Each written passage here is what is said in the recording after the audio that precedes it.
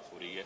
आपका जो शहर है आगरा, वहां पर्यटक बहुत आते रहते हैं, आपकी क्या तैयारियां है मुझे ये बताइए, और जो विदेश से लोग आ रहे हैं उनको किस तरह से आप मॉनिटर कर रहे हैं, और क्योंकि पिछली बार आपने चैलेंजेस बहुत फेस किए और बड़ी ताकत से उसको पीछे छोड़ दिया, तो लोगों को बड़ी अपेक्षाएं हैं कि नहीं आगरा जो है एक रोल मॉडल का काम करता है, तो इस बार आगरा रोल मॉडल कैसे बनेगा? पहले तो आप जब से कोविड आया है, ये आपका तीसरा सेशन है यहाँ पे। जी जी जी, और हम बहुत सारे सवाल आपसे पूछते रहते हैं। आज तीसरी बार फॉर्चुनेटली आज हमारे पास शहर में एक्टिव कोविड केस की संख्या 0 है अभी। जहां तक आपने ओमनिकॉन की बात की, जो भी हमारे ट्रेवलर्स हैं, ज्यादा हमारी जो स्थिति खराब होती है जब हाई रिस्क कंट्री से कोई आता है या ऐसा डिस्ट्रिक्ट जहां से केसेस बहुत हैं, ऐसा स्टेट जहां केसेस बहुत है, वहां से लोग आ रहे हैं। एयरपोर्ट पे हम लोग 100% जितने भी लोग आते हैं उसकी सैंपलिंग जरूर करते हैं। इसके अलावा railway station plus bus stand, इसके अलावा जितने भी हमारे होटल्स हैं खासकर यहाँ पे, उनसे हम लोग टच में रहते हैं, उनकी लिस्ट आ जाती है हमारे पास। इसके अलावा जो भी इंटरनेशनल ट्रेवलर्स हैं, गवर्नमेंट ऑफ इंडिया से हमें एक लिस्ट डेली प्राप्त होती है। 7th या 8th डे, क्योंकि जैसे ही वो आते हैं उनकी टेस्टिंग जरूर होती है वहां पे। 8th डे हम लोग ट्रेस करते हैं उनका और उनकी सैंपलिंग जरूर करा लेते हैं, सो दैट जो केसेस हैं ओमनिकॉन का यहाँ पे ना आ पाए। टेस्टिंग अभी भी शहर में हम लोग लगभग डेली 3,500 से 4,000 कर रहे हैं। तो ये प्रयास है कि जो पिछली बार हम लोगों ने जो स्टार्ट हुआ था, कुछ गलतियां की थी, सबसे मैक्सिमम एक्टिव ट्रेसिंग करके उनको सैंपलिंग करके आइसोलेट किया जाए। इसलिए हमारी पूरी टीम अभी भी 24/7 काम कर रही है, और जब तक कोविड केसेस बिल्कुल हमारे इंडिया से 0 नहीं हो जाए तब तक हम लोग ऐसे काम करते रहेंगे। सुधीर जी, मैं देख रहा था अभी अखबारों की कुछ सुर्खियां थी कि 45 ट्रैवलर यहाँ आए और वो अनट्रेस्ड हैं, ऐसा है क्या? नहीं, ऐसा नहीं है जी, तो खबरें मतलब सब ऐसी भ्रामक हैं। मैं उसमें थोड़ा सा ऐड कर दूं। एक्चुअली देखिए, ट्रेवलर्स है वो आता है, हमेशा वेलकम है वो। जैसा मैंने कहा, अगर इंडिया में आया, उसने अपनी सैंपलिंग करा ली, तो बिल्कुल आके सिटी में रहेगा, ताजमहल देखेगा, जहां जाना है करेगा, फिर आगे अपने डेस्टिनेशन के लिए मूव करेगा। 8th डे हम लोग उसको ट्रैक करते हैं। जो एक रिपोर्ट थी वो आउट ऑफ प्रोपोर्शन ब्लो हुई थी, मैंने बाद में समझाया था कि वो ड्यू नहीं थे, हम लोग ऑलरेडी हमारे ट्रैकिंग में थे। 8वें दिन हम उनकी सैंपलिंग करते, उनकी सैंपलिंग हो चुकी थी, इसलिए उनको रोकने की आवश्यकता नहीं थी। अच्छा सर, मैं ये आपसे पूछना चाह रहा हूँ कि पिछली बार आप लोगों ने बहुत सारे हॉस्पिटल्स के साथ टाई अप किया था, बहुत सारे डॉक्टर्स आपके टच में थे, उसके अलावा बड़े बड़े जो इंस्टीट्यूट हैं वो भी आपके टच में थे। लगातार आप जो नई मॉडर्न टेक्नोलॉजी आ गई है या जो मेडिसिन आ गई है, उसके बारे में भी मैंने देखा था कि नई जानकारी आप ले रहे थे। ये जो ओमिक्रॉन है, इसको लेके बहुत तरह तरह की बातें कही जा रही हैं। कोई कुछ कह रहा है, कोई कुछ कह रहा है कि नहीं इतना प्रभावी नहीं, कोई कह रहा है कि नहीं फरवरी तक ये लहर जो है बड़ी तेजी के साथ आने वाली है। आपने भी बहुत सारा रिसर्च किया होगा, आपके पास भी बहुत सारी डिटेल्स होंगी। इस बार आपने कौन कौन से ऐसे कदम उठाए हैं कि बाय द वे अगर इस तरह की कोई समस्या चुनौती आती है तो आप उसको फेस कर लेंगे? जो WHO और गवर्नमेंट ऑफ इंडिया की गाइडलाइंस है, उसके अनुसार प्रोटोकॉल इस ओमनिकॉन के बाद भी अगर कोई किसी को कोविड होता है, सेम प्रोटोकॉल फॉलो करना है। अतः जो डॉक्टरी साइड से जो प्रोटोकॉल है उसमें कोई चेंज नहीं है। सबसे महत्वपूर्ण है जो policy already government of UP ने तय किया था, उसके तहत हम लोग अपने अस्पतालों को ठीक से रखें, उसमें ऑक्सीजन की व्यवस्था पूरी रहे, दवाई कोई कमी ना हो, और जो हमारा सबसे पहले हम लोगों ने जैसे कोई कोविड पॉजिटिव आता है केसेस, उसको आइसोलेट करके नए वार्ड में लेके जाते हैं। तो जो हमारे सरकारी और प्लस प्राइवेट में जो हमारे अपने इम्पैनल हॉस्पिटल्स हैं, ऑलरेडी ट्रेंड हैं, हम लोग बीच में जूम के माध्यम से आपस में साझा करते रहते हैं। जैसे कोई नया केस भी आता है, जैसे अभी आज के डेट में, तब भी हम आपस में अपनी चर्चा करते रहते हैं कि अभी कौन सी स्टडी ठीक रहेगी। ऑक्सीजन की कमी जैसे हुई थी, इस समय हम लोगों ने इतना अच्छा कर लिया कि अब कोई दिक्कत नहीं होगी। आने वाली चुनौती के लिए हम लोग आपस में जी देखा कि किस तरह से रात में आप जो है, आपकी तस्वीरें ट्विटर पे थी और मुझे याद है वो बहुत सारे लोगों को उन्होंने प्रेरणा दी होंगी उन तस्वीरों ने, क्योंकि वो तस्वीरें चुनौती के समय की थी, और चुनौती के समय जब कोई काम कर रहा होता है तो मैं समझता हूं कि उसका बड़ा मैसेज होता है। यह देखिए ऐसा है, यहाँ टीम भावना थी, सिर्फ मैं ही नहीं, हमारी जो टीम थी और साथ में जो प्राइवेट सेक्टर के भी लोग थे, कई ऐसे थे प्राइवेट आदमी थे जो हमें ऑक्सीजन सप्लाई करते थे। वो सबसे 8-10 दिन सबसे चुनौतीपूर्ण था, वो भी हमारे साथ दिन रात लगे हुए थे। सबने एक टीम भावना की तरह से काम किया था। और जो हम लोगों ने फर्स्ट वेव सेकेंड वेव में अपना एक्सपीरियंस किया है, जो हमने अपने को देखा है, एटलीस्ट इस अधिवेशन के माध्यम से हम लोग शहर को आश्वस्त करना चाहेंगे कि थर्ड वेव अगर आता भी है तो इस बार हम लोग कितनी तैयारी रहेगी कि शहर में कोई दिक्कत नहीं है। मतलब कोई चिंता करने की जरूरत नहीं है, एकदम सब प्रभु के हवाले है सब। बस जो 2 प्रोटोकॉल है कि लोग जब जैसे ही हो मास्क और सोशल डिस्टेंसिंग, ये 2 लोगों के हाथ में है, बाकी सारा हम लोग करेंगे। सुधीर सर, कल मैं शाम को जब आ रहा था तो एक बड़ी चुनौती मुझे दिखी। विकास तो बहुत चारों तरफ दिख रहा है, लेकिन हम लोग बहुत देखिए जाम में फंस जा रहे थे। तो उसको अभी आप आए हैं यहाँ पे, तो आपने भी इस चुनौती को फेस किया होगा। मुझे लगता है कि भाई चूंकि आप आते होंगे तो लोगों को सूचनाएं आ जाती होंगी, लेकिन मैं समझता हूं कि हर कोई आने वाला ये चाहता है कि आगरा शहर जो कितना ऐतिहासिक है, फतेहपुर सीकरी इतना ऐतिहासिक है, तो वो जब यहाँ पे आए तो सुविधाजनक तरीके से जहां वो जाना चाहे वहां जाए।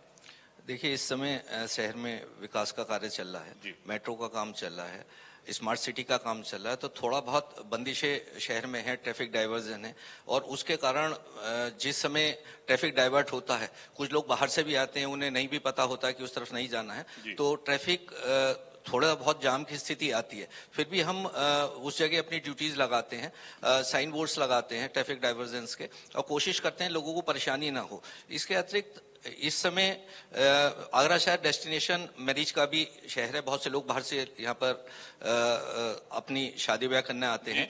उस समय काफी, इस समय जो सीजन चल रहा शादियों का, इसमें थोड़ा सा दिक्कत ज्यादा हो जाती है, क्योंकि ज्यादा संख्या में लोग यहाँ पर रहते हैं। तो फिर भी कोशिश कर रहे हैं। हमने एक अध्ययन भी किया था कि जो 10 चौराहे हैं हमारे, उन्हें कैसे, जो परमानेंट चौराहे हैं, उन्हें कैसे मैनेज किया जाए और कैसे सुचारू रूप से चला जाए, उस पर भी काम चल रहा है। और बहुत जल्दी जब ये थोड़ा काम हमारा स्मार्ट सिटी का खत्म होगा, ट्रैफिक व्यवस्था पूरी सुचारू रूप से चलेगी। अच्छा, आसपास के चूंकि कई राज्यों से जुड़ा हुआ आगरा है, तो सबसे आसान हो जाता है, हर शनिवार को ढेर सारे लोग आगरा में आ जाते हैं जी। यहाँ पे चुनौती बढ़ा देते हैं। यहाँ पर सर, यहाँ पर जो है वो ताजमहल देखने वाले लोगों के आने की संख्या है। जैसे मैंने बताया, इस समय मैरिज का सीजन है, तो थोड़ी सी ज्यादा रहता है, और ट्रैफिक डाइवर्जन की वजह से भी थोड़ा बहुत ट्रैफिक जैम की स्थिति रहती है। पिछले दिनों आगरा जो है कानून व्यवस्था को लेकर बहुत चर्चित था, और आपको भी याद होगा, मुझे भी याद है, पूरे पॉलिटिकल पार्टी के लोग यहीं पे बैठ गए थे, आगरा ही आ गए थे। अब क्या आपको लगता है कि चीजें सब ठीक हैं? चुनाव नजदीक है, बड़ी चुनौती है। देखिए, पुलिस का जो 2 मुख्य काम है, क्राइम का कंट्रोल करना और कानून व्यवस्था को बनाए रखना, दोनों चीज इस समय बिल्कुल ठीक है। कानून व्यवस्था भी पूरी तरह ठीक है और क्राइम भी कंट्रोल में। तो कानून व्यवस्था की कोई ऐसी स्थिति नहीं है। और आपने पिछले दिनों में मुझे आए हुए लगभग 2 माह हो गया है, उसमें मुझसे पूर्ववर्ती जो अधिकारीगण थे, उन्होंने भी बहुत क्रिमिनल्स के खिलाफ कार्रवाई की, माफियाज के खिलाफ कार्रवाई की, और उसका नतीजा ये है कि पूरी तरह से क्राइम भी कंट्रोल है, कानून व्यवस्था भी बनी। मतलब आपके आने से पहले उन्होंने व्यवस्था सब ठीक कर दी थी? नहीं, उन्होंने भी काम किया है और कार्रवाई की है, और लगातार कार्रवाई चले।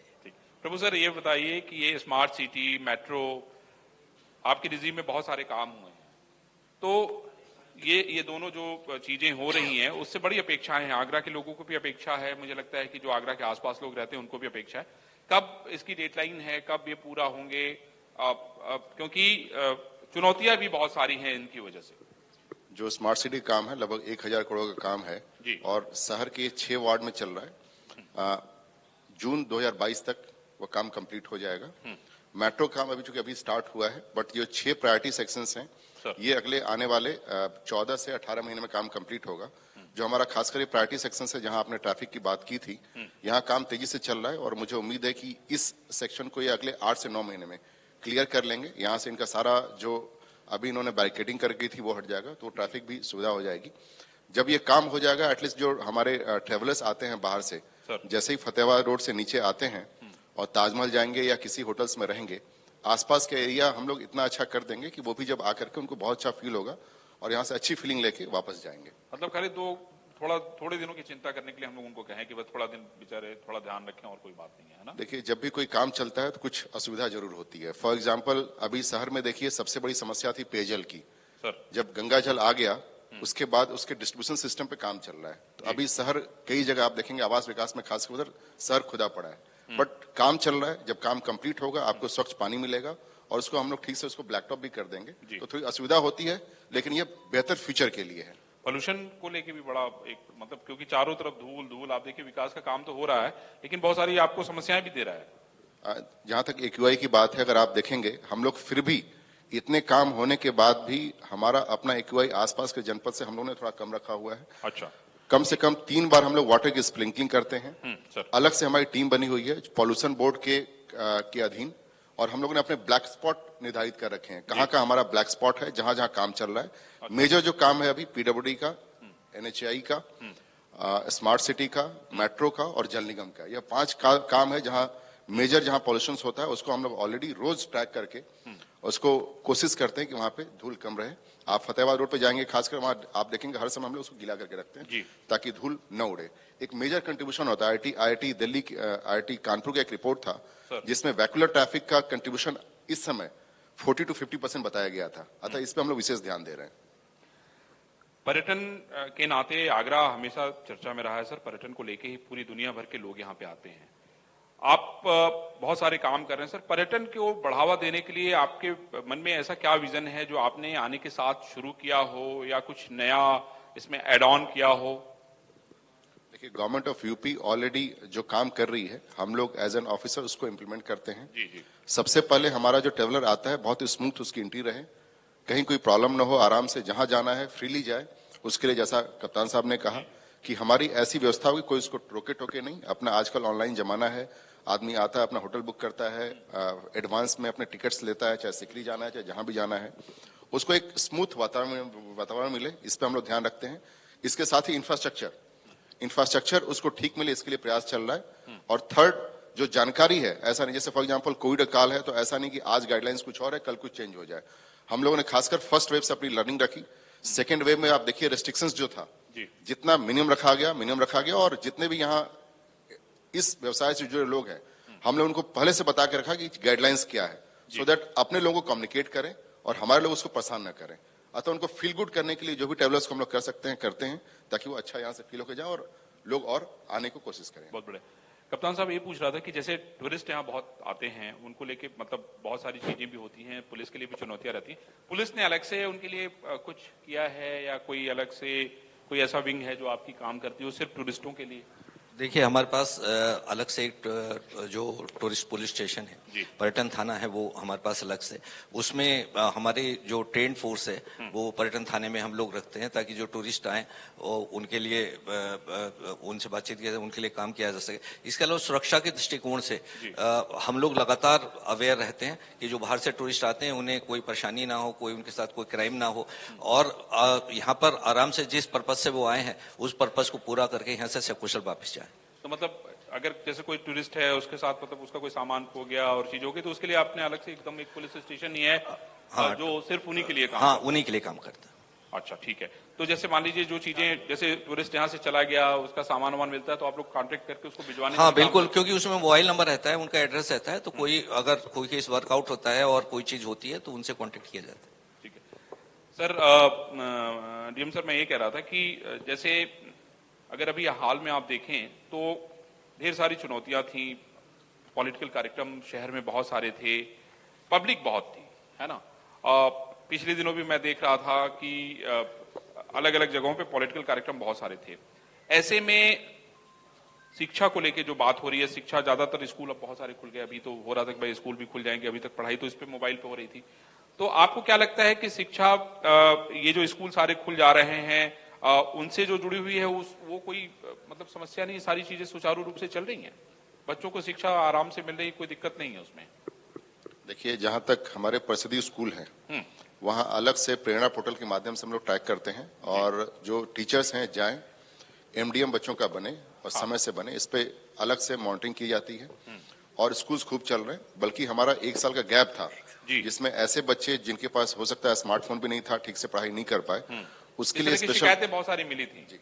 इसके लिए स्पेशल फोकस हो और कुछ एक्स्ट्रा देना हो तो एक्स्ट्रा भी पढ़ाई किया जाए। बिकॉज जो हमारा वो तबका जो स्मार्टफोन जिसके पास नहीं है उसने सफर किया, उस पर विशेष ध्यान दिया जा रहा है। हम लोग अलग से अभी शिक्षा विभाग की अलग से मॉनिटरिंग भी करते हैं ताकि अटेंडेंस रहे, जाएं लोग वहां पे। इसके अलावा जो हमारा अर्बन एरिया में भी स्कूल्स हैं, कहीं ना कहीं यहाँ भी सफर हुआ, बच्चे अब स्कूल्स जा रहे हैं। थोड़ा सा चुनौती तो है, समय लगेगा, लेकिन मुझे उम्मीद है कि जिस तरह खासकर गवर्नमेंट स्कूल्स पर ध्यान दिया गया है बच्चों का, अभी हम लोग का कस्तूरबा गांधी विद्यालय है, उसको और ठीक से मॉनिटरिंग की जा रही है ताकि जो बच्चे अच्छे कर रहे हैं वहाँ हमारे रेसिडेंशियल में भी आके कर सकें। तो जो फोकस है धीरे धीरे अच्छा ही होगा। अच्छा होगा सर। आने वाले समय में इलेक्शन करीब है, ऐसे में होता है कि जो एंटी सोशल एलिमेंट है वो बड़ा सक्रिय हो जाते हैं। हथियारों को लेके भी कई बार आप लोगों ने कितने सारे हथियार पकड़े हैं, उसको लेके किस तरह की आपकी तैयारी हो रही है, या उसको लेके किस तरह की मॉनिटरिंग हो रही है, या उसको लेके आप किस तरह से विजिलेंट हैं? देखिए, चुनाव को लेकर हम लोग पूरी तरह विजिलेंट हैं और जो एंटी सोशल एलिमेंट्स हैं उन्हें सूचीबद्ध किया गया है, जो पहले से प्रकाश में है और या जो बाद में जिनसे संभावना है उनके खिलाफ लगातार निरोधात्मक कार्रवाई की जा रही है। जो असला की बरामदगी है, जिनसे आगे जाके संभावित है कि चुनाव में खलल पड़ने की उम्मीद है, उन्हें लगातार बरामद किया जा रहा है। ऐसे लोगों की गिरफ्तारी भी हो रही है, उन्हें बाउंड डाउन भी कराया जा रहा है और जिस तरह का क्रिमिनल है, जिस तरह की उससे संभावना है, उस तरह की उसके खिलाफ कार्रवाई की जा रही है और मुझे पूरी उम्मीद है कि आने वाला चुनाव बिल्कुल सकुशल संभव होगा, शांतिपूर्ण होगा। दर्शकों में से कोई सवाल लेना चाह रहा था? जी बताइए। हाँ बताइए जी, बोलिए आप। मैं सत्येंद्र त्यागी। हाँ बताइए। पहले तो मैं नमस्कार करता हूँ। मेरा डीएम साहब से एक सवाल है कि जैसे शहर में कोई राजस्व या प्लॉट या सीमांकन जो होता है तो शहर में कोई दिक्कत नहीं होती है। कोई भी प्लॉट हो, कोई भी मकान हो, कोई भी चीज हो, आराम से आसानी से नापन या मकान बन जाता है। लेकिन आजकल जबकि वो सरकार की दिक्कत नहीं है, राजस्व विभाग की तरफ से गांव में जितने भी मकान बने, खेत बने, सीमांकन नहीं हो पाता है। उसकी वजह से जितने भी दंगे होते हैं गांव में, देहात में, सबसे ज्यादा समस्या राजस्व विभाग की तरफ से होती है। और आप किस 92 तहसील की बात कर रहे हो? आप तहसील बताओ, ब्लॉक बताओ। मैं खैरागढ़ विधानसभा की बात कर रहा हूँ। खैरागढ़ विधानसभा। और मेरा सिर्फ सवाल ये है, हाँ। सवाल ये है कि जैसे कैशलेस इंडिया चल रहा है, स्मार्ट सिटी चल रहा है, स्मार्ट मतलब बहुत सारी चीजें टेक्निकली आ रही हैं जमीनी स्तर पर, जिससे कि बहुत सारी समस्याएं दूर हो रही हैं। तो क्यों ना राजस्व विभाग के लिए, क्यों ना गांव देहात गरीब जिसकी वजह से इतने ज्यादा लड़ाई दंगे होते हैं, उसके लिए कुछ टेक्निकल चीजें आए कि सीमांकन और ये सारे गांव स्तर पर भी हो। तो इसके लिए क्या कुछ ऐसी योजना या प्रशासन की तरफ से हो रहा है? ठीक है जी सर। देखिए, पहले तो जो आपने रेज किया, मुझे पता भी आपका इशू कहाँ है। सैया के लिए आपने 2-3 बार हमें बताया था। अच्छा। सी होता क्या है कि आपके पास आपके पास बारे में जानकारी है, ये आपके पास कोई एक आदमी जाता है, अपना पहलू बताता है, अपने कागज दिखाता है। जो सरकारी कर्मचारी होता है उसके पास सारा पहलू होता है। आपने 3 बार कहा, पहले एसडीएम गए, फिर अभी तहसील दिवस में हमारे एडीएम फाइनेंस गए थे, मैंने उनको मौके पे भेजा ताकि अगर आपको लगता है प्रॉब्लम है तो उनको पता रहे क्या हो। सी डॉक्यूमेंट्स आपने दिखाया, जो उनके पास डॉक्यूमेंट्स है, जिस आदमी का पट्टा होता है उसको डीएम साहब के यहाँ दिन अबाउट 12 साल पहले उसको कैंसिल कर दिया गया था, जो उसके खिलाफ शिकायत आई थी। आपसी विवाद की बात। दूसरा, मैं जस्ट बिकॉज सिविल कोर्ट में फिर गया मामला, सिविल कोर्ट में इसको नहीं माना। आपके पास ये 2 डॉक्यूमेंट नहीं है। जब तक कोई अधिकारी होता है, जब दोनों डॉक्यूमेंट देखता है, उससे कोई डिसीजन देता है। अगर कोई सेटिस्फाइड नहीं है, अगेन कोर्ट है उसके लिए। जहां तक आपने कहा डिस्प्यूट क्यों होता है शहर में, देखिए अर्बन एरिया में जो आबादी की जमीन है वहां पैमाइश में दिक्कत होती है। गांव में आप लोग रहते हैं, गांव में जो आबादी की जमीन वहां पैमाइश नहीं हो सकती, वो तो हम आपस में देखते हैं, ठीक है जी हमारा है, ये आपका है। रूरल एरिया में हम पैमाइश करते हैं। जहां तक आपने कहा जो डिस्प्यूट होता है, इसलिए देखिए थाना दिवस बना हुआ है।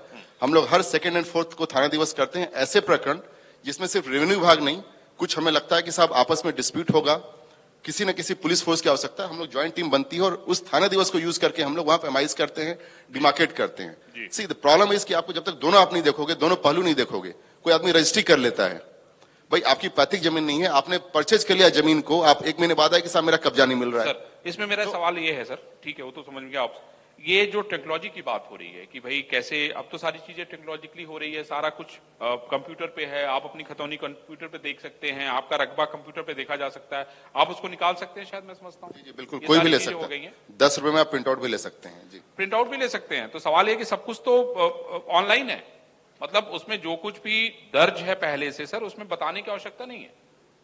बस थोड़ा सा ये है कि चूंकि दर्ज है, एक ही में कई सारे मिल जुमला नंबर होता है, तो हमारा किस साइड है क्या है उसमें थोड़ा सा डिस्प्यूट होता है। हाँ। उसको लेकर के होता है कई बार, लेकिन ये है कि मतलब हर केस यूनिक होता है। 98% 99% केसेस जहां होते हैं आपके पता भी नहीं चलता है। कुछ केसेस होते हैं जहां उनको आपस में डिस्प्यूट होता है, लोग आते हैं, हमें लगता है साहब उनका काम नहीं हो रहा है, बट ऐसे भी लोग हैं 99% का काम आराम से स्मूथली होता है, सिस्टम से काम हो रहा है। 1% जो नहीं होता है, कुछ लिटिगेशन है, हमारे थाना दिवस है, हम लोग बैठते हैं या फिर कोर्ट है, उसके तहत फिर निर्णय होता है उसमें। सर मेरा आखिरी सवाल आपसे ये है कि जो भी चुनौतियां अभी हाल में आपने देखी, लोगों से या इंडिया न्यूज के दर्शकों से क्या कहना चाहते हैं, आगरा के दर्शकों से क्या कहना चाहते हैं, क्योंकि चुनौतियां आने वाले समय, देखिए आने वाले समय में इलेक्शन बहुत बड़ा है, भीड़ एक जगह बहुत जगहों से इकट्ठा होती है।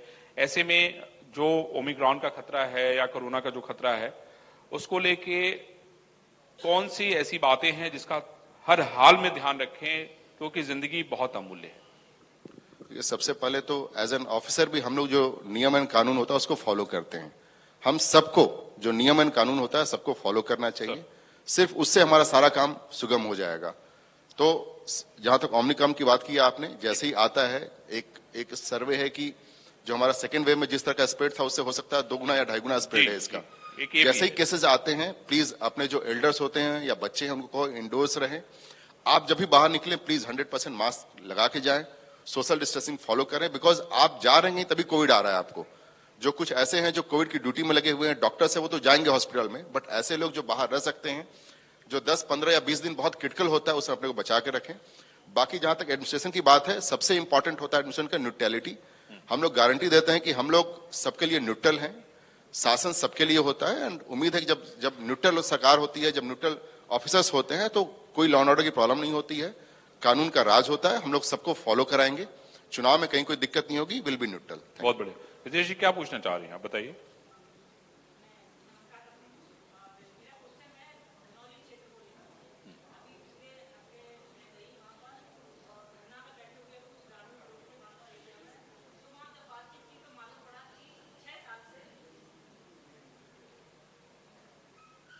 बता दीजिए, हम लोग सुन रहे हैं, कोई दिक्कत नहीं है।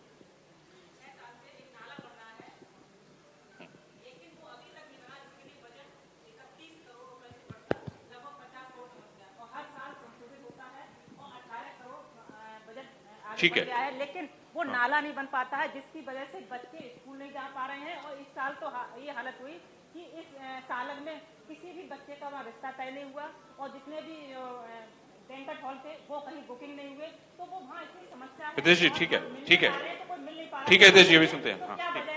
हाँ, हितेश जी बैठ जाए प्लीज प्लीज। हाँ सर। देखिए, जब बना था ये एस्टिमेट टोटल 48 करोड़ का है और 21 करोड़ हमें मिल चुका है। आज के डेट में समस्या बताइए आपने, आप प्लीज जाके देखें, अभी पानी का भराव नहीं है। हम लोगों ने जो बजट मिला था उसमें पानी की भराव की व्यवस्था करा दी है वहां पे। आज धनौली में अगर जाएंगे, पानी की निकासी 100% हो गई है, वहां पानी का भराव नहीं मिलेगा। जो डिमांड है, जब होता क्या, बिल ऑफ क्वांटिटी बढ़ती है हमेशा। जब भी कोई काम होता है, शहर बढ़ रहा है, ये ठीक अर्बन और रूरल के बीच में, अर्बन एरिया खत्म होता है, रूरल स्टार्ट होता है, लोग अपनी कॉलोनी पे कॉलोनी बनाए जा रहे हैं, अव्यवस्थित है वहां पे। अगर प्लान हो, हमारे अथॉरिटी से नक्शा पास हो, हम बिल्कुल ठीक से कर देंगे, बट चूंकि अनप्लान डेवलपमेंट है, सब लोग अपने घर को ऊंचा कर देते हैं, पानी की निकासी की व्यवस्था नहीं करते हैं, जबकि जो प्लॉट डेवलपर है उसको भी थोड़ा सा अपना काम करना चाहिए। तो गलती दोनों साइड से है, जो लोग हैं, जो डेवलपर हैं, बिना किसी प्लान के बनाए जा रहे हैं।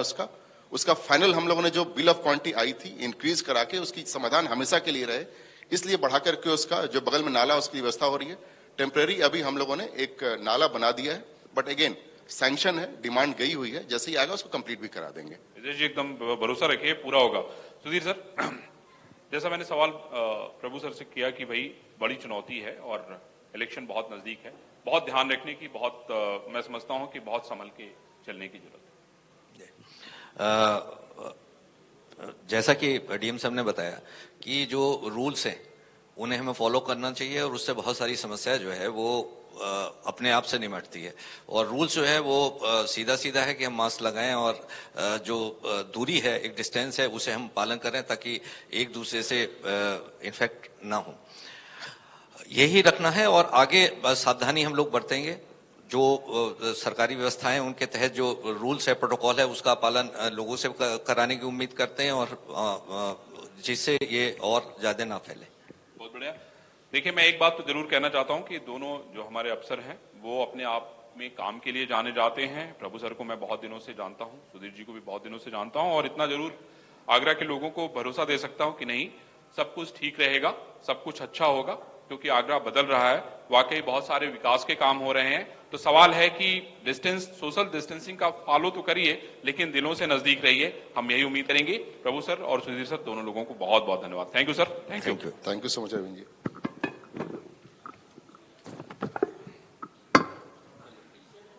Thank you. तो अभी आपने सुना यहाँ पे डीएम और एसएसपी